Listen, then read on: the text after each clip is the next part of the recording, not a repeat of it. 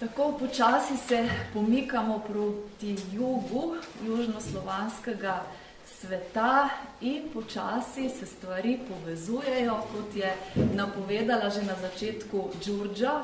In vse tri predavateljice iz prvega sklopa so me prepričale, da se je smiselno pogovarjati o južnoslovanskih književnostih. Zelo sem hvaležna Kseniji za statistiko o prisotnosti južnoslovanskih knjig na portalu Dobre knjige in za vse prispevke z tega področja.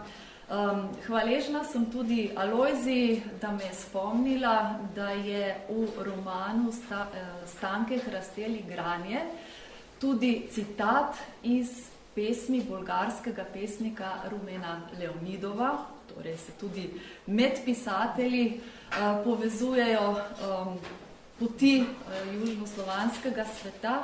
Hvaležna sem tudi Tatjani, da me je spomnila na starejšega brata slovanskega fokusa, torej Slovanski most, ki ga je zasnoval in vodil Iztok Osojnik. In če se prav spomnim, je tam leta 2009 na tem festivalu gostoval tudi Vlada Uroševič. To je proizvajalec čudovitih delikates iz makedonske kratke proze in njegov stavek iz eseja o kratki zgodbi me je navdahnil tudi za pripravo današnjega predavanja za vas, spoštovani bralci in cenjene bralke in promotorji bralne kulture, svetovalci za branje dobrih knjig. Vlada Uroševič pa pravi takole: biti kratek. Najboljša besedila so tista, pri katerih je bralcu prepuščeno kar se da široko polje možnih asociacij. V predavanju bom najprej v prvem delu predstavila samo seznam besedil oziroma knjig, proznih knjig iz bolgarske in makedonske književnosti, ki so objavljene v zadnjem desetletju v slovenskem prevodu. Potem se bomo pa posvetili dvem knjigam, torej bolgarske pisateljice Četrt Vesele Ljahove in njene prozne zbirke Četrt ob obvoznici in pa prav tako zbirke kratke proze makedonske pisateljice Sanje Mihajlović-Kostadinovske Neskončni ali pa končni modeli kratke zgodbe. Kaj se dogaja s prevodi bolgarske proze v zadnjem desetletju oziroma od leta 2012 do leta 2020. Če primerjamo število prevedenih romanov s kratko prozo, lahko ugotovimo, da je romanov, sicer jih ni veliko, ampak dvakrat več kot kratkoproznih zbirk. Tukaj sem med zbirke kratke proze uvrstila še knjigo, ki jo ne prištevam v to statistiko, ki sem pozabila omeniti na začetku, da je v zadnjem desetletju v Sloveniji izšlo 6 knjig kratke proze bolgarske in makedonske. Zakaj ne? Zato, ker gre za ljudske pripovedke in gre pravzaprav za adaptacijo ljudskih pripovedk o živalih, ki so pač mladinsko čtivo, torej knjiga za otroke. Omenjam jo pa zato, ker je ta knjiga bila nagrajena z nagrado Zlata hruška. Vsi živeči pisatelji, ki so tukaj navedeni, Alek Popov, Georgi Gospodinov, Radoslav Parušev in pa Vesela Ljahova, so bili tudi v Sloveniji, so tukaj predstavljali svoje knjige na festivalih ali pa so bili, jih je povabila založba. In poglejmo zdaj še, kako je pa z makedonsko. Tukaj je prevedenih del malo več. Vidimo, da kar 9 romanov v 10 letih in do konca tega leta naj bi izšel še eden. do sredine naslednjega pa še eden, tako da se ta kontinuiteta nadaljuje. Nekateri avtori imajo več prevedenih del, nekateri po eno. Tukaj lahko tudi vidite mogoče, katere založbe so najbolj zagrete za objavljanje makedonskih romanov. In če se vrnemo še k kratki prozi, ki je današnji fokus, tukaj sem vseeno na ta seznam uvrstila tudi knjigo Vlada Uroševiča Nevarne svečanosti, čeprav gre tukaj za en izbor poezije in na koncu tudi proze, ampak če sem si že izposodila njegov citat, sem dodala še to. Vlada Uroševič je bil ob tej priložnosti častni gost festivala Dnevi poezije in vina. Mojstri kratke proze, že klasik bi lahko rekli, čeprav še kako živi in brca, Aleksandar Prokopijev, zbirka Delfin je izšla pred kratkim, in pa literarna zvezda Rumena Božarovska in njena zbirka Moj mož.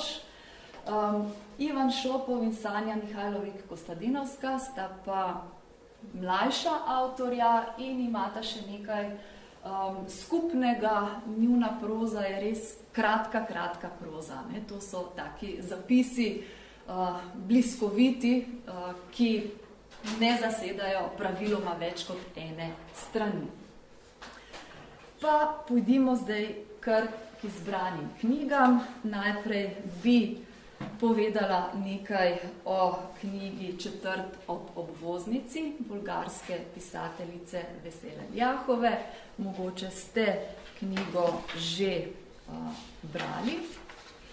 To zbirko sestavlja 13 med seboj delno povezanih zgodb, ki osvetljujejo probleme sodobne posttranzicijske bolgarske družbe in vsebujejo celo paleto napetosti in konfliktov, s katerimi se sooča moderni človek.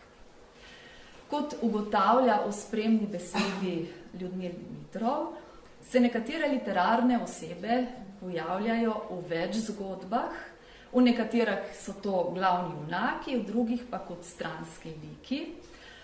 Njihova prisotnost kot stranski liki samo dopolnjuje njihovo že znano podobo. En takih mogoče najbolj pogostih likov je Nori Krasi, ki se ves čas pojavlja v enaki opravi, vedno je oblečen v majico s kratkimi rokavi, s portretom Erika Claptona in vedno pripoveduje vsem, ki jih sreča, kako je on neke noči v enem londonskem pubu igral s Erikom Claptonom in da še zdaj ima sicer že malo zdrgnjen, slabo viden avtogram na svoji kitari in kdor želi, lahko pride k njemu domov to pogledati. To se kot nek tak mogoče malo humoren učinek pojavlja v vseh teh grenkih zgodbah. Ne vseh, ampak v večini njih. Zato se nam zdi včasih, da beremo roman, ne pa kratke zgodbe, čeprav je vsaka zgodba zaključena. Dogajalni prostor v tej zbirki zajema obrobno četrt bolgarskega glavnega mesta Sofije. To so blatne ulice delavske četrti, to so stanovanja v grdih betonskih blokih iz socialističnega sistema, mislim, da tudi naslovnica to zelo dobro upodablja. To je zanemarjen park, to so prometni zamaški v mestnem središču, gneča na tramvaju, pokopališče ob hrupni obvoznici, kar je nadvse neprimerno. Prostor je torej omejen in zanemarjen in kot tak le še poglablja brezizhodnost likov. Zgodbe so zapisane v klasični obliki, kratke pripovedi v drnatem, minimalističnem slogu. In včasih se nam zdi, da avtorica kar neprizadeto slika surove, realistične prizore mestnega življenja in pa grenke, a ne malokrat ironične izkušnje protagonistov. Med njimi so recimo brezdomec, ki najde truplo bogataša in ukrade oziroma ga sleče iz njegove vse tople žametne halje, ki jo uporabi zase kot plašč. To je raziskovalka, ki jo pretenta prav socialni fenomen, ki ga preučuje. To je upokojena diplomatska prevajalka, za vidljivo kariero, hvali se, kako je sama pisala govore diplomatom, ki pa jo okrade patronažna sestra. To je deloholični višji inšpektor, ki se ima za Sherlocka Holmesa, a njegovega dela nihče ne ceni, lastna hčerka pa ga odkrito prezira. To je ostarela branjevka, ki se ne more preživljati s borno pokojnino in jo potem policisti kaznujejo zaradi neregistrirane prodaje mleka na Sofijskih ulicah. To je profesorica nemščine, ki se zaradi nizke plače sramuje svojega poklica in ga celo zataji in tako dalje. Najraje Ljahova upodablja starce pred iztekom življenja, osamljene, nemočne, potisnjene v kot, ki pa so ohranili svojo ljubezen, predanost in sanjaštvo. Tako je tudi v zgodbi Zlata poroka, kjer upokojeni jezikoslovec, ki skrbi za svojo na smrt bolno ženo, postane objekt posmeha in nato še tragična žrtev objestnih najstnikov. In tu bi za pokušino prebrala citat, odlomek iz tega dela. Nenadoma se mu je zahotelo, da bi pokramljal s temi tujimi otroki. Če ne bi bili tako neposredni in hudobni, oni bi ga spraševali, on pa bi jim odgovarjal. Potem bi jih on spraševal, oni pa bi odgovarjali. Da bi slišal kaj drugačnega od bolezni in tablet. Da bi tudi on začutil, da je živ med živimi. Z lastnimi vnuki ni mogel. Oni niso dobro govorili bolgarsko. Šlo mu je na smeh. Vnuki profesorja bolgarščine ne govorijo bolgarsko. Zapestje mladca, ki se mu je postavil na pot, je bilo prepasano s trdim usnjenim jermenom, na katerem so bile vžgane črke njegovega imena. Viktor, je na glas prebral profesor. Fant se je nehal šopiriti in ga pogledal. Tvoje ime pomeni zmagovalec. Jasno, kdo pa tega ne ve, je zajedljivo odgovoril najvišji. Nekoč so s tem mislili na zmagovalca nad zlom, je nadaljeval profesor. Naj povem, da to zgodbo lahko berete seveda v zbirki Četrt ob obvoznici, lahko pa jo preberete tudi v elektronski antologiji, prosto dostopni, z naslovom Sodobna slovanska kratka proza, zgodba, in jo omenjam zato, ker smo v Slovanskem fokusu, mogoče vas bo zanimalo, najdete tukaj zgodbe kratke tudi sodobne iz drugih slovanskih književnosti. Motivno, tematsko in slogovno je tej knjigi, torej Četrt ob obvoznici, izmed makedonske bere, sicer bolj sorodna zbirka Romene Božarovske Moj mož, v kateri prav tako lahko beremo o usodah malega človeka v posttranzicijskem obdobju, v drugi prestolnici, to je v Skopju, ampak tu so v ospredju predvsem intimne in surove izpovedi, pripovedi žensk. Naj vas spomnim, da je pred 2 letoma, da so bile te zgodbe v priredbi Ane Duše in Ivane Džilas postavljene tudi na oder ljubljanske drame. Ob tej priložnosti pa sem se odločila, da predstavim precej drugačno, ampak prav tako zanimivo knjigo. Gre za zbirko kratkih proznih besedil, neskončni oziroma končni modeli, kratke zgodbe, zveni bolj kot učbenik, kot leposlovno delo. Že sam naslov te zbirke Sanje Mihajlove Kostadinovske, kot tudi naslov ciklov, če pogledamo vraževirne zgodbe, nesrečne zgodbe, delikatesne zgodbe, ali pa naslov samih zgodb, Uročljive oči, Oglas, Sladoled, odražajo domiselnost in igrivost avtoričine pisave. Zbirka namreč vsebuje literarizirane modele kratkih zgodb, podane v slogu parodiranih priročniških opisov izbranih modelov, navodil in receptov za pisanje in ali branje te literarne zvrsti. Gre, kot sem že omenila, za zelo kratka besedila, od ene same povedi do ene polne strani. Ti modeli so zasnovani kot duhovito poigravanje z žanrom oziroma kot nekakšne iskrive utemeljitve podobnosti med zgodbo in izbranim največkrat povsem banalnim objektom iz neposredne resničnosti.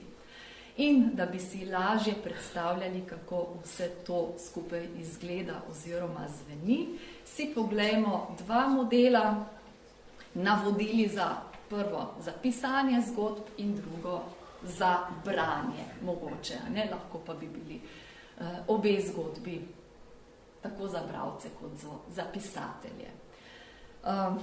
Prva nosi naslov Uročljive oči in spada v sklop vraževirne zgodbe. Tako pravi Mihajlova Kostadinovska. Takšnim zgodbam nikoli ne glejte naravnost v oči, sicer vas lahko uročijo. Nekateri v to ne verjamejo, nekateri pa menijo, da je za pisanje nezrelih in nesmiselnih zgodb kriv prav nekdo z uročljivimi očmi. Obstaja več načinov, s katerimi se lahko otresete v rokah. Nosite narobe obrnjene nogavice, vsaj dokler pišete zgodbe. Ob tipkovnico postavite česen ali pa se vščipnite v zadnjico, preden sedete k pisanju. Včasih je treba odnesti računalnik dovolj v hišje, k padarici ali pa 3-krat pljuniti, če se vam zgodba posreči. Tuj, tuj, tuj. In še Sladoled, kar na vse zadnje govorimo o delikatesah. To je moja priljubljena zgodba in za trenutek preneham poslušati vse okoli mene, ker imam pomembnejše opravilo. Narediti, da zgodba traja čim dlje. Vrnitev v realnost je lahko zelo boleča. Nekateri to metaforično poimenujejo lepljivo. Število klasičnih žanrov je omejeno. V zadnjem času pa so se pojavili tudi neki nenavadni okusi. Kakorkoli že, konzumiramo jo vedno enako, v nasprotni smeri od gravitacije. Slikovita in zelo zgoščena besedila, ki ponekod prehajajo v aforizme, ponujajo vznemirljiv pogled na vrste pripovedi, ki bodo zagotovo razburkale bralčevo domišljijo. To se je tudi že pokazalo na prijetnem pogovoru o knjigi na Slovanskem bralnem klubu, februarja, mislim, da letos, ki ga je vodila Tatjana Jamnik. Sladolednim modelom tako zaključujem kratko predstavitev izbranih delikates iz sodobne bolgarske in makedonske kratke proze, ki sem jo tako zaradi oblike kot tudi vsebine naslovila kratko in grenko sladko bolgarske in makedonske kratkoprozne delikatese. Zastavila sem si pa tudi dve vprašanji, pa ne sebi, pač pa bi jih bolj naslovila na cenjeno občinstvo, in sicer ali bralci omenjena dela poznajo ali si jih izposojajo in pa ali radi berejo kratko prozo ali pa imajo prednost romani. O tem se bomo, upam, potem v naslednji pauzi kaj pogovorili in na koncu naj spomnim še na knjižne predloge, ki so lepo navedeni tudi ob drugih predlogih za branje iz južnoslovanske književnosti na tej kazalki, ki jo je pripravila Erika Marot. Hvala za pozornost.